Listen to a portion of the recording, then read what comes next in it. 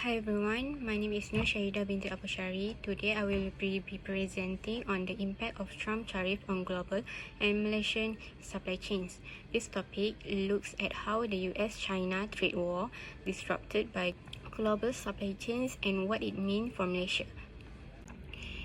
In 2018, the Trump administration imposed a 25% tariff on about 250 billion US dollars worth of Chinese imports. This marked the beginning of the US-China trade war, which shifted away from decades of trade liberalization. The tariffs were justified by issues of trade imbalance and intellectual property rights, but the effect went far beyond that. In this presentation, I will cover three main areas, which is the global disruption of supply chains, the rise of trade division strategies, and the specific opportunities and challenges for Malaysia. The tariff disrupted the China factory model, where many companies rely heavily on China as their main production hub. As a result, the China Plus One strategies become popular, where companies spread production across the countries.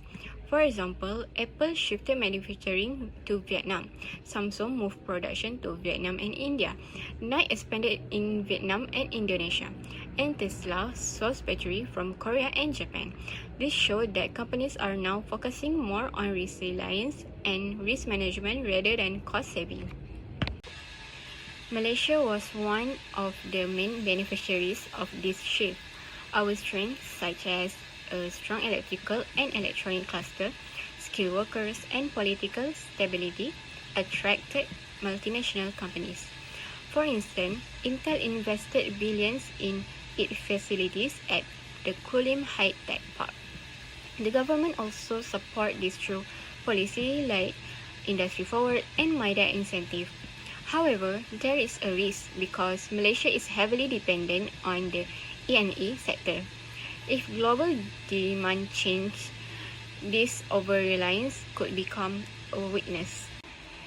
The trade war also caused trade division. This means that imports shifted from efficient producers like China to other countries, even if it was less efficient.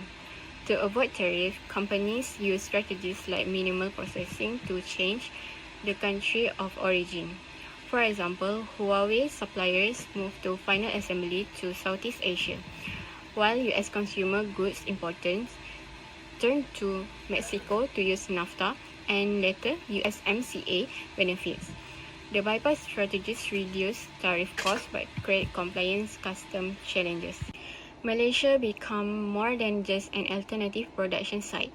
It turned into a value add and logistic hub. For example, semiconductor wafers from China were packaged and tested in Malaysia, then exported as made in Malaysia. US import of semiconductor from Malaysia grew by more than 9% in 2019. Palm oil and medical gloves also saw increased demand during this period.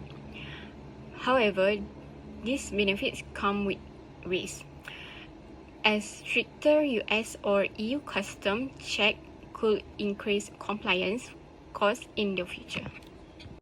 The trade war creates strong investment opportunities for Malaysia. In 2021, approved manufacturing FDI reached over 91 billion ringgit, led by the E&E sector.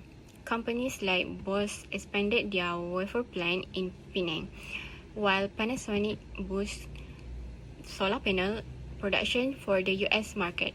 The automotive and renewable energy sector also benefit.